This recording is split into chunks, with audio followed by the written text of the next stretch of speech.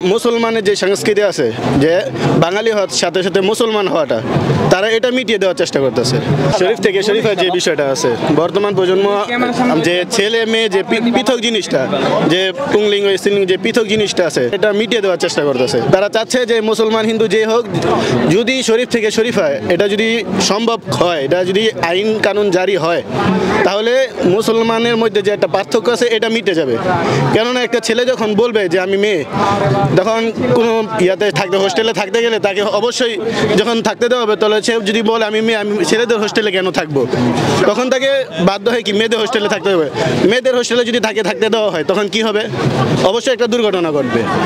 তাই এই জিনিসটা যে মুসলমান সংস্কৃতি হওয়ার কারণে ইসলাম ধর্ম থাকার কারণে আমরা কখনো এটা মেনে নিতে পারি না যে এটা কখনো সম্ভব। হিজলা যদি হয় কেউ ওটা ব্যক্তিগত ব্যাপার হিজলা হতেই পারে কিন্তু ছেলে থেকে মেয়ে হয়ে যাওয়া এটা সহজে সম্ভব না। হঠাৎ আমি চাইলাম যে আমি মেয়ে তাই মেয়ে হয়ে যাব এটা কখনোই সম্ভব না। কারণ আল্লাহ তাআলা যে ছেলে হিসাবে ছেলে থেকে মেয়ে বানাবে এটা যে একেবারে ইম্পসিবল এটা নয় কিন্তু একেবারে অসম্ভব এটা। তাই আমরা যে বলবে তাদেরকে আমরা আরও বোঝানোর চেষ্টা করবো যে আল্লাহ তোমাকে এইভাবে বানিয়েছে তুমি এটাই থাকো তোমার কী জন্য তুমি চাইবা যে আমি মেয়ে মনে থেকে মেয়ে বললে তো হবে না তোমাকে যেভাবে বানানো হয়েছে তুমি সেটার উপরে থাকো। যদি তার ভিতরে এটা থাকে যে আমি মেয়ে হব তাহলে সে এদিক দিয়ে অপকর্ম কয়েকভাবে অপকর্ম করতেছে কয়েকভাবে। কারণ যখন সে বলবে যে আমি মেয়ে সত্যিকার আমি মেয়ে আমি ছেলে না তখন সে মেয়েদের সাথে চলাফেরা করতে পারবে মেয়েদের সাথে অপকর্ম করতে পারবে। এই সম্পর্কে আমি একটা কথা বলতে চাই। যুক্তরাষ্ট্রের ঘটনাটা ঠিক কত সালের আমার মনে নেই কিছুদিন আগে আমি একটা নিউজে দেখছি যুক্তরাষ্ট্রে একজন আসামি মেবি 18 বছর জেল খাটার পর মানে পুরুষ আসামি সে নিজেকে মেয়ে বলে দাবি করে এবং কিছু বছর শুনানির পরে আদালত রায় দেয় তাকে মহিলা হোস্টেলে রাখা হবে। তারপর মহিলা হোস্টেলে রাখার কি 6 মাসের মধ্যে ওই মহিলা হোস্টেলে যত নারী কয়েদি ছিল সবাই প্রেগনেন্ট হয়ে যায়। আমি যদি মেয়ে ছেলে থেকে মেয়েই হয়ে যাব তাহলে আমার দ্বারা আরেকজন কিভাবে প্রেগনেন্ট হয়ে গেল এটা বোঝান। আমাদের অন্যতম দাবি এই কারিকুলামটাই চেঞ্জ করা লাগবে।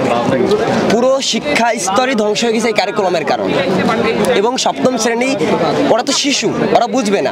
আমরা সবকিছু বোঝা শিখি বা ধরেন ক্লাস 7, 8 থেকে ওই বয়স থেকে যদি আমরা এগুলো শিখি তো ভবিষ্যতে গিয়ে ওইটা আমাদের ব্রেনের উপর এফেক্ট করবে এবং আমরা বুঝতে পারবো যে মানে আমাদের একটা হচ্ছে মানে বিকৃত মস্তিষ্কে ফেলে দেওয়া হবে। আন্দোলন আমরা করতেছি কিন্তু আমাদের তো গুরুত্ব দেওয়া হচ্ছে না। আমরা দু একজন যদি আন্দোলন করি তাহলে তো সম্ভব না।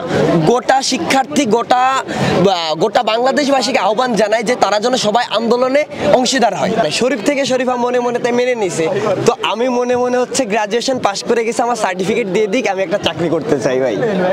স্টুডেন্ট লাইফে অনেক প্যারা আমি আর পড়াশোনা করতে যাচ্ছি না। সত্য বস্তুনিষ্ঠ ও নিরপেক্ষ দৈনিক জনবাণী।